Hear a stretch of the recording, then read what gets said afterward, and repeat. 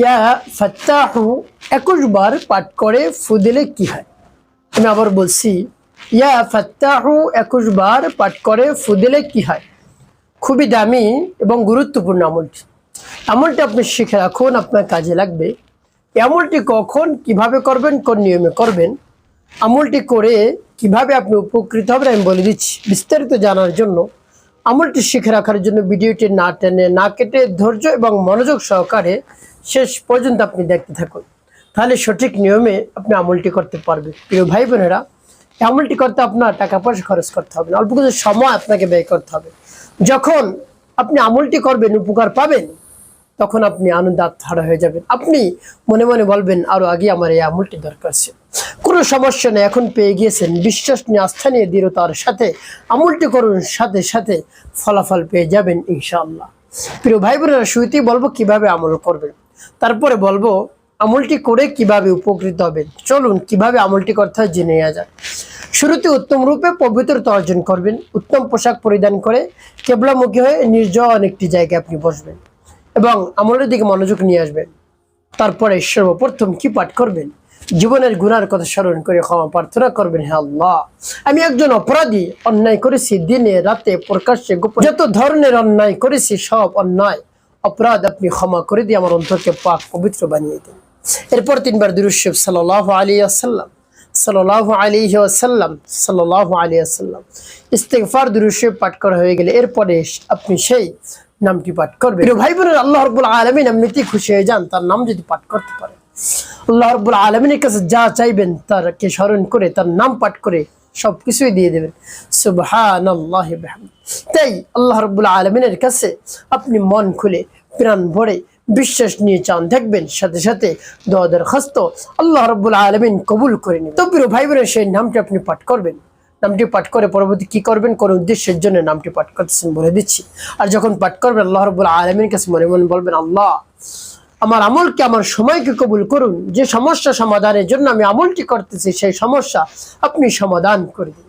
এভাবে বলে তারপর নাম পাঠ করবেন। যেমন বিসমিল্লাহির রহমানির রহিম, ইয়া ফাত্তাহু ইয়া আল্লাহ, ইয়া ফাত্তাহু ইয়া আল্লাহ, ইয়া ফাত্তাহু ইয়া আল্লাহ। এভাবে যখন পাঠ করে হয়ে যাবে একটি ফুজে, তারপর আপনি আবারও পাঠ করবেন, বিসমিল্লাহির রহমানির রহিম, ইয়া ফাত্তাহু ইয়া আল্লাহ, ইয়া ফাত্তাহু ইয়া আল্লাহ, ইয়া ফাত্তাহু ইয়া আল্লাহ। পাঠ করে সবাই। তারপর আপনি মনে দরদ নিয়ে আবারও পাঠ করবেন, বিসমিল্লাহির রহমানির রহিম, ইয়া ফাত্তাহু ইয়া আল্লাহ, ইয়া ফাত্তাহু ইয়া আল্লাহ, ইয়া ফাত্তাহু ইয়া আল্লাহ। পাঠ করে সবার একটু ফুদে। প্রিয় ভাই, কতবার? গুনে গুনে 21 বার পাঠ করবেন, 3টি ফুদে।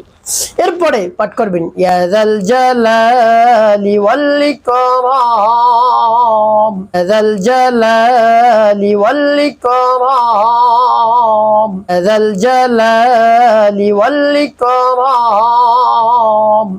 তবে 3 বার পাঠ করবেন। যখন পাঠ করা হয়ে যাবে, সর্বশেষ নবী সাল্লাল্লাহু আলাইহি ওয়াসাল্লাম মুহাব্বত নিয়ে, ভালোবাসা নিয়ে 5 বার দুরূদ ইব্রাহিম পাঠ করবেন। আল্লাহুম্মা সাল্লি আলা মুহাম্মাদি ওয়া আলা আলি মুহাম্মাদ কামা সাল্লাইতা আলা ইব্রাহিম ওয়া আলা আলি ইব্রাহিম ইন্নাকা হামিদুম মাজিদ। আল্লাহুম্মা বারিক আলা মুহাম্মাদি ওয়া আলা আলি মুহাম্মাদ কামা বারাকতা আলা ইব্রাহিম ওয়া আলা আলি ইব্রাহিম ইন্নাকা হামিদুম মাজিদ। اللهم صل على محمد وعلى ال محمد كما صليت على ابراهيم وعلى ال ابراهيم انك حميد مجيد. اللهم بارك على محمد وعلى ال محمد كما باركت على ابراهيم وعلى ال ابراهيم انك حميد مجيد. اللهم صل على محمد وعلى ال محمد كما صليت على ابراهيم وعلى ال ابراهيم انك حميد مجيد. اللهم بارك على محمد وعلى ال محمد كما باركت على ابراهيم وعلى ال ابراهيم انك حميد مجيد. এভাবে যখন দুরূদ ইব্রাহিম পাঠ করা হয়ে যাবে, 2টি ফু দিবেন। প্রিয় ভাই বোন, আপনার আমলটি করা শেষ, কোন উদ্দেশ্যের জন্য আমল করলেন? আপনার যদি বিবাহ শাদী না হয়, দেখা যায় অনেক বেশ হয়ে গেছে, আপনার মাস পেরিয়ে যাচ্ছে, মানুষ অনেক খারাপ খারাপ কথা বলে আপনাকে নিয়ে, আপনাকে দেখতে এসে পছন্দ করে আবার পছন্দ করে না, ফিরে যায়, বা বিবাহ হবে হবে এমন পর্যায়ে চলে যায়, আবার ভেঙে যায়। এরকম যদি হয়, তাহলে আপনি আমার দেখা নিয়মিত আল্লাহ রাব্বুল আলামিনের এই নামটি বেশি বেশি পাঠ করুন, দেখবেন কাজ হয়ে যাবে। অতি দ্রুত সময় বিবাহ শাদী হবে, আল্লাহ রাব্বুল আলামিন আপনার জীবন সঙ্গিনীকে অতি দ্রুত আপনার সাথে মিলিয়ে দেবেন ইনশাআল্লাহ। একটি কাজ আপনার করতে হবে, 5 ওয়াক্ত নামাজ আদায় করতে হবে, মিথ্যে কথা বলা যাবে না, মানুষের খেদমতে কল্যাণে কাজ করবেন, অবশ্যই আপনার জীবন সুখময় হবে, শান্তিপূর্ণ হবে ইনশাআল্লাহ।